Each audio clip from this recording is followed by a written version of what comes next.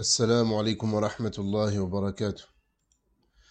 الحمد لله رب العالمين والصلاة والسلام على المبعوث رحمة للعالمين نبينا محمد وعلى آله وصحبه أجمعين ومن تبعه بإحسان إلى يوم الدين أما بعد. اللهم علمنا ما ينفعنا وانفعنا بما علمتنا وزدنا علما. اللهم تقبل منا صيامنا وصلاتنا وتلاوتنا وَدُعَاءَنَا إِنَّكَ أَنْتَ السَّمِيعُ الْعَلِيمُ. Nous sommes donc dans la 10e assise des assises de Ramadan. Naam. Et le sujet qu'on va aborder aujourd'hui, c'est le jugement de Zakat el-Fitr. Donc comme on peut tous le voir et comme on le constate tous, nous avons déjà atteint quasiment la fin du mois de Ramadan. Il ne nous reste plus qu'une poignée de jours dans ce mois béni. Et Allah subhanahu wa ta'ala a légiféré un acte d'adoration à la fin de ce mois, et cette adoration n'est autre que Zakatul Fitr. Taïb, premièrement, quel est le jugement de Zakatul Fitr? C'est quoi le jugement de Zakatul Fitr? Zakatul Fitr, elle est obligatoire, car le prophète sallallahu alayhi wa sallam nous l'a ordonné. Et ce qu'a ordonné le prophète sallallahu alayhi wa sallam a le même jugement que ce qu'a ordonné Allah subhanahu wa ta'ala. Car Allah Azza wa Jal dit dans le Coran, Man yuti'ir rasoula faqad ata'a Allah. Quiconque obéit au messager a certes obéi à Allah. Également il dit subhanahu wa ta'ala, وَمَن يُشَقِّقِ الرَّسُولَ مِن بَعْدِ مَا تَبَيَّنَ لَهُ الْهُدَى وَيَتَّبِعْ غَيْرَ سَبِيلِ الْمُؤْمِنِينَ نُوَلِّيهِ مَا تَوَلَّى وَنُصْلِيهِ جَهَنَّمَ وَسَاءَتْ مَصِيرًا. Et quiconque fait scission d'avec le messager, yani quiconque se sépare d'avec le messager, après que le droit chemin lui est apparu, et suit un sentier autre que celui des croyants, alors nous le laisserons comme il s'est détourné, et nous le brûlerons dans l'enfer. Et quelle mauvaise destination. Également Allah subhanahu wa ta'ala a dit, وَمَا آتَاكُمُ الرَّسُولُ فَخُذُوهُ وَمَا نَهَاكُمْ عَنْهُ فَانْتَهُوا. Prenez ce que le messager vous donne, et ce qu'il vous interdit, alors abstenez-vous-en. Donc, le prophète sallallahu alayhi wa sallam nous a ordonné de sortir Zakatul Fitr. Certes, ce n'est pas venu dans le Coran, mais c'est venu dans la Sunna. Et ce qui est venu dans la Sunna est obligatoire au même titre que ce qui est venu dans le Coran. Donc, Zakatul Fitr, elle est obligatoire pour chaque musulman. Que ce soit un homme, qu'il soit une femme, qu'il soit vieux, qu'il soit jeune, qu'il soit libre, qu'il soit esclave, c'est obligatoire de la sortir. Comme c'est venu dans le hadith de Abdullah ibn Umar radiyallahu anhuma, قال فرض رسول الله صلى الله عليه وسلم صدقة الفطر على الذكر والأنثى والحر والمملوك صاعا من تمر أو صاعا من شعير. Abdullah ibn Umar radiyallahu anhuma a dit que le prophète sallallahu alayhi wa sallam a imposé l'aumône de la rupture du jeûne, yani Zakatul Fitr, à chaque individu musulman, qu'il soit un homme, une femme, libre ou esclave. Et il a ordonné de sortir un sa' de date ou d'orge.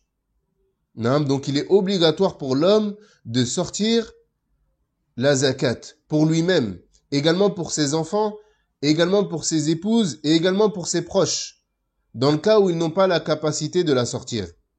Et dans le cas où ils ont la capacité financière de la sortir, alors il peut la sortir pour eux, mais le mieux est que chacun la sorte pour lui-même. Yani, mathalan la femme, si on pose la question, est-ce que l'homme doit sortir la zakat pour son épouse? Il peut la sortir, mais si cette femme-là veut la sortir d'elle-même, il n'y a pas de mal, si elle a la capacité financière, il n'y a pas de mal à ce que elle-même la sorte. Et que ce ne soit pas son mari qui la sorte pour elle. Les deux sont permis. Et en ce qui concerne le fœtus dans le ventre de la mère, alors il n'est pas obligatoire de sortir la zakat pour lui. Admettons qu'une femme, elle est enceinte actuellement, et elle est enceinte le jour du Eid, ou bien la nuit du Eid. Est-ce que l'enfant qui est dans son ventre, on doit sortir la zakat ou pas? Ici, ce n'est pas obligatoire de la sortir pour lui, mais si le père veut la sortir pour cet enfant-là, par bienfaisance, par excellence, alors il n'y a pas de mal. Par contre, si la femme, elle accouche la nuit du Eid, si la femme, elle accouche la nuit du Eid, alors il est obligatoire de sortir la zakat pour cet enfant. Alors il est obligatoire de sortir la zakat pour cet enfant. Et admettons qu'une femme, le dernier jour de Ramadan, entre le Maghrib et le Fajr, elle accouche, alors il est obligatoire de sortir la zakat pour cet enfant-là. Il est obligatoire de sortir la zakat pour cet enfant-là. Taïb. À qui il est obligatoire de sortir la zakat? Taïb. La zakat, elle est obligatoire, on a dit. Pour qui? Elle est obligatoire pour celui qui a plus que ce qu'il n'a besoin le jour du Eid. Yani celui qui a un surplus de nourriture, qui a un surplus de ce qu'il a besoin ce jour-là, yani le jour du Eid, alors sortir la zakat lui est obligatoire. Tamam. Quelles sont les sagesses de zakatul fitr? C'est quoi la sagesse de sortir zakatul fitr? Premièrement, zakatul fitr, elle est une bienfaisance envers les pauvres. Car cette zakat va leur permettre de manger le jour du Eid, qui est un jour de fête. Et il ne conviendrait pas que les pauvres passent ce jour-là, yani ce jour de fête, à demander aux gens de quoi manger. Donc cette zakat va leur permettre de vivre ce jour comme un jour de fête, un jour de joie et un jour de bonheur. Et également, cette zakat-là, elle est une cause pour faire grandir l'amour en Allah et renforcer la communauté, car chaque membre vient aider l'autre. Celui qui a un surplus, il donne à celui qui n'a pas, pour que chacun d'entre eux puisse passer ce jour-là, puisse fêter ce jour-là, puisse célébrer ce jour-là et faire ressentir la joie, la fête et le bonheur. Tamam. Elle permet également à celui qui la sort de se parer des bons comportements, comme la générosité. Et également, cette zakat-là, elle sert à purifier les manquements qu'a pu avoir le jeûneur durant ce mois. Cette zakat-là, elle sert également à purifier les manquements qu'a pu avoir le jeûneur durant ce mois. عن ابن عباس رضي الله عنهما قال فرض رسول الله صلى الله عليه وسلم زكاة الفطر طهرة للصائم من اللغو والرفث وطعمة للمساكن فمن أداها قبل الصلاة فهي زكاة مقبولة ومن أداها بعد الصلاة فهي صدقة من الصدقات. D'après Abdullah ibn Abbas radiallahu anhuma, il rapporte que le messager d'Allah sallallahu alayhi wa sallam a imposé l'aumône de la rupture du jeûne, yani zakatul fitr, car elle purifie le jeûneur des paroles futiles et indécentes. De même, elle est une nourriture pour les pauvres.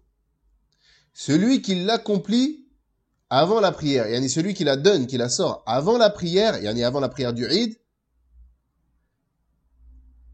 elle sera une zakat acceptée. Quant à celui qui la donne après la prière, yani après la prière du Eid, alors elle sera comptée que comme une aumône parmi les aumônes. Taïb. Un sujet important, une question très importante ici concernant zakatul fitr qui revient tous les ans. Est-ce qu'il est permis de sortir zakatul fitr en argent? Est-ce qu'il est permis de sortir zakatul fitr en argent? Ou bien est-ce qu'il est obligatoire de la sortir en nourriture? Taïb, on va essayer de répondre à cette question-là. Zakatul fitr, elle doit être sortie en nourriture et non en argent. Pourquoi? Car premièrement, c'est l'ordre du prophète sallallahu alayhi wa sallam. Comme c'est venu dans le hadith qu'on a cité au début du cours, dans le hadith de Abdullah ibn Umar, radiallahu anhuma, il dit que le messager d'Allah a imposé l'aumône de la rupture du jeûne à chaque individu, musulman qu'il soit homme ou femme, libre ou esclave. Et ensuite, qu'est-ce qu'il a dit? Il a dit un sa' de date ou d'orge. Un sa' de date ou d'orge. Et ici, le prophète sallallahu alayhi wa sallam n'a pas parlé d'un montant financier.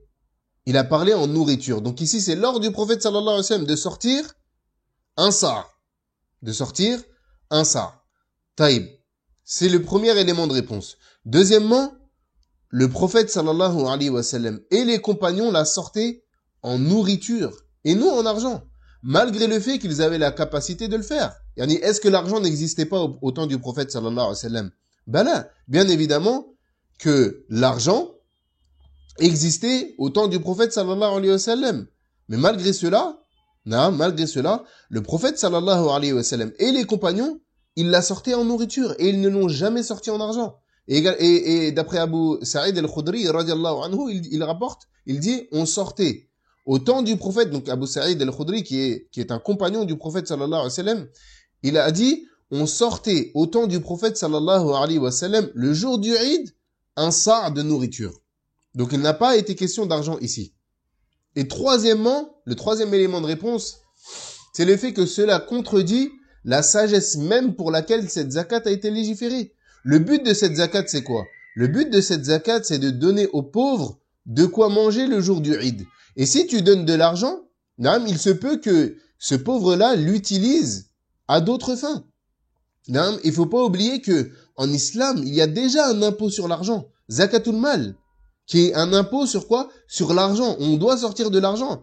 Et ici, il n'est pas question de zakatul mal. Il est question de zakatul fitr. Il est question de zakatul fitr. Zakatul mal, tu la sors en argent. Tu donnes ton surplus d'argent dans le cas où tu fais partie des gens qui ont atteint le seuil. Tamam? Quant à zakatul fitr, tu la sors en nourriture.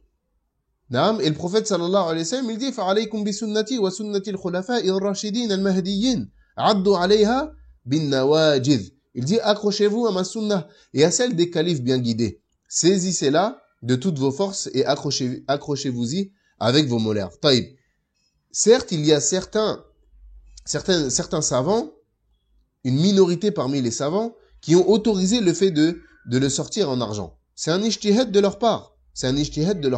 Mais lorsqu'on revient au texte, il n'est pas question d'argent. Et nous, il nous est demandé de suivre la preuve. Il nous est demandé de suivre la preuve. Et quelle preuve, ici, tu peux avancer pour le fait de la sortir en argent? Et même si tu as un doute, admettons que tu aies un doute. Est-ce qu'il est permis de le sortir en argent ou est-ce qu'il n'est pas permis? Taïb. La chose dont on est certain, c'est que celui qui la sort en nourriture, elle est acceptée. Ça, c'est la certitude qu'on a, sans aucun doute. Maintenant, celui qui la sort en argent, est-ce qu'elle est acceptée, est-ce qu'elle n'est pas acceptée? Taïb. Encore une fois, suis la recommandation du prophète sallallahu alayhi wa sallam, qui dit « Da' ma yaribuk ila ma la yaribuk » Délaisse ce qui te procure un doute pour ce qui ne t'en procure pas. Yani, si tu as une certitude et un doute sur un sujet, alors prends la certitude et délaisse le doute. Prends la certitude et délaisse le doute. Qu'est-ce que ça va te coûter de la sortir en nourriture? Qu'est-ce que ça va te coûter de la sortir en nourriture? Donc, on la sort en nourriture. Zakatul fitr doit être sortie en nourriture. La personne, elle sort un sa' de nourriture. Taïb, c'est quoi un sa'? Depuis tout à l'heure, on dit la personne doit sortir un sa' de nourriture. Un sa', c'est l'équivalent de 4 mouds. L'équivalent de 4 mouds. Et un moud, c'est ce que représente, ce que peut contenir les deux mains jointes d'un homme aux mains ni grandes ni petites. Yani, lorsqu'une personne, elle met ses deux mains comme ça, elle prend du riz ou des pâtes ou peu importe, tout ce qu'elle peut contenir dans ses deux mains comme ça, c'est ce qu'on appelle un moud. Taïb, un sar, c'est 4 fois ça. Un sar, c'est 4 fois ce que peut contenir les deux mains jointes d'un homme qui a les mains ni grandes ni petites. Taïb, et dans tous les cas, Inch'Allah, on enverra un tableau qui résume les différentes denrées alimentaires ainsi que les quantités à donner dans le groupe comme d'habitude, Inch'Allah ta'ala. Taïb. Une autre question en rapport avec Zakatul Fitr. À quel moment doit-on la sortir? Quand est-ce qu'on doit sortir Zakatul Fitr? Il faut savoir que Zakatul Fitr, elle a 2 moments. Un temps préférable et un temps permis. Un temps préférable et un temps permis. Le meilleur temps pour sortir Zakatul Fitr, donc qui est le temps préférable, c'est le matin du jour du Fitr. Avant la prière du Eid. Yani, entre le Fajr et la prière du Eid. Et c'est pour cela que il est préférable que la prière du Eid, elle soit retardée un peu. Parmi la sunna, le fait de retarder la prière du Eid un petit peu, afin de laisser aux gens le temps d'aller la donner. Donc le meilleur temps pour la donner, c'est entre le Fajr et la prière du Eid. Ça, c'est le temps préférable. Quant à son temps obligatoire, c'est le coucher du soleil de la nuit qui précède l'Eid. Yani le jour précédent, le dernier jour de Ramadan, à partir du moment où on a atteint le coucher du soleil, eh bien, ici, c'est le temps obligatoire. Il est obligé de la sortir. Mathalan, si une personne, elle meurt le dernier jour de Ramadan, une personne, elle meurt le dernier jour du mois de Ramadan avant la prière du Maghrib. Taïb, est-ce que le fait de sortir Zakatul Fitr est obligatoire pour lui? C'est-à-dire, est-ce que sa famille doit sortir la zakat pour lui ou pas? Là, ils n'ont pas besoin de la sortir pour lui. Pourquoi? Car il est mort avant l'entrée du temps obligatoire. Et l'entrée du temps obligatoire, c'est la prière du Maghrib. Quand même, donc si une personne, elle meurt ici la nuit du Eid, c'est-à-dire après la prière du Maghrib du dernier jour de Ramadan, ici, sa famille, elle doit obligatoirement sortir la zakat pour lui. Car il est mort après l'entrée du temps obligatoire. Donc il y a le temps obligatoire.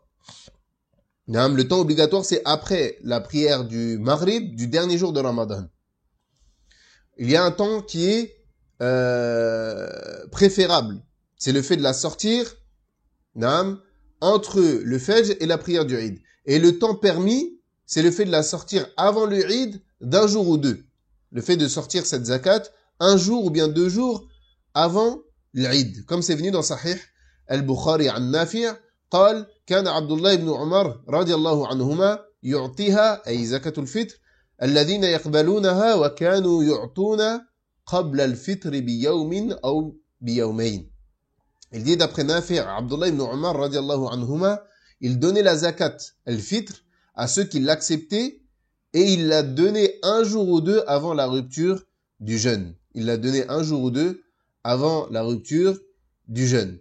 Taïb, donc il est permis de la sortir un jour ou bien 2 jours avant l'Eid. Par contre, il n'est pas permis de la sortir après la prière du Eid. Attention à ça. Zakatul Fitr, il faut absolument, obligatoirement, la sortir avant la prière du Eid. Celui qui la sort après la prière, qu'il sache qu'elle n'est pas acceptée. Elle sera simplement comptée comme une simple aumône. Pourquoi? Car elle a contredit l'ordre du prophète sallallahu alayhi wa sallam. Il faut que les ayants droit, elles aient reçu cette zakat avant la prière. Tamam? Comme c'est venu dans le hadith où le prophète sallallahu alayhi wa sallam, il dit فَمَنْ أَدَّاهَا قَبْلَ الصَّلَاةِ فَهِيَ زَكَاةٌ مَقْبُولَةٌ وَمَنْ أَدَّاهَا بَعْدَ الصَّلَاةِ فَهِيَ صَدَقَةٌ مِنَ الصَّدَقَاتِ. Il dit celui qui la donne, qui s'en acquitte avant la prière, et avant la prière du Eid, elle sera une zakat acceptée. Quant à celui qui la donne après la prière, elle ne sera comptée que comme une aumône parmi les aumônes.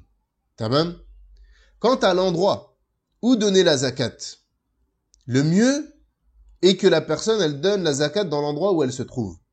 Le mieux est que la personne, elle donne la zakat dans l'endroit où elle se trouve. Si elle se trouve au Sénégal, elle sort la zakat au Sénégal. Si elle se trouve en France, elle sort la zakat en France. Si elle se trouve en Égypte, elle sort en Égypte. Si elle se trouve en Arabie Saoudite, elle sort en Arabie Saoudite, etc. Ça, c'est le mieux. Mais il est permis de la donner à un autre endroit.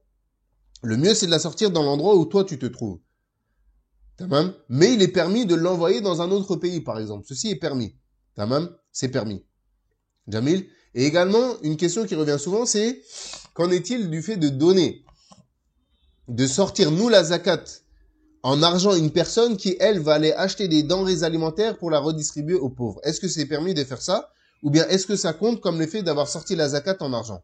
Taïb, ici, dans le cas où nous, on délègue cette tâche-là à une personne, c'est-à-dire qu'on donne de l'argent à une personne pour qu'elle achète des denrées alimentaires et qu'elle donne cette zakat avant la prière du Eid, alors c'est permis. Pourquoi? Parce que la personne qui est dans le besoin, elle a reçu cette zakat-là avant l'Eid et elle a reçu en denrées alimentaires. Nous, tout ce qu'on a fait, c'est de charger une personne d'aller acheter cette zakat-là. Donc, il est permis. Par exemple, parfois, il y a des associations qui récupèrent de l'argent et qui, avec cet argent-là, achètent des denrées alimentaires et donnent la zakat en denrées alimentaires. Ils la donnent pas en argent. Donc, il est permis de leur donner. Maintenant, ils disent, vous donnez 5 euros, par exemple, où ils estiment le montant, et nous, avec, on achète, par exemple, 3 kilos de riz, car la zakat sur le riz, elle fait plus ou moins 3 kilos. Nous, avec, on achète 3 kilos de riz, et surtout, la zakat, elle parvient aux pauvres avant la prière du Eid. Dans ce cas-là, c'est permis de leur donner. Taïb. Et la dernière chose à savoir, c'est qui sont les ayants droit à la zakat. Qui sont les ayants droit à la zakat? C'est-à-dire qui a le droit de recevoir cette zakat? À qui on donne cette zakat pour qu'elle soit acceptées auprès d'Allah subhanahu wa ta'ala. Donc les ayants droit, ils sont au nombre de deux. Les pauvres et les nécessiteux. Les pauvres et les nécessiteux. Les pauvres, ce sont ceux qui n'ont rien. Il y en a ceux, par exemple, qui ne travaillent pas, qui n'ont pas de revenus, qui n'ont rien, qui ne touchent rien, qui ne gagnent rien. Les nécessiteux, c'est ceux qui gagnent quelque chose. Par exemple, ils travaillent, ils gagnent quelque chose, mais ce qu'ils gagnent n'est pas suffisant pour couvrir ses besoins. Ce qu'ils gagnent n'est pas suffisant pour couvrir ses besoins. Tamam? Donc les ayants droit, attention à ça, les ayants droit de Zakatul Fitr, ce ne sont pas les mêmes que les ayants droit de Zakatul Mal. Attention, Zakatul Fitr, les ayants droit sont uniquement les pauvres et les nécessiteux. Sont uniquement les pauvres et les nécessiteux. Taïb. Et également, il est permis de donner plusieurs zakats à une même personne. C'est permis de donner plusieurs zakats. Et admettons que une personne, elle sort la zakat pour elle, pour sa femme et pour ses 2 enfants. Il est permis de donner, donc du coup, les 4 zakats à une seule et même personne. C'est permis de faire cela. Il n'y a pas de mal en cela. Naam. Wa naktafi bihadha al-qadr inshallah ta'ala. Wallahu a'lam. سبحانك اللهم وبحمدك أشهد أن لا إله إلا أنت أستغفرك وأتوب إليك وصلى الله على نبينا محمد وعلى آله وصحبه أجمعين السلام عليكم ورحمة الله وبركاته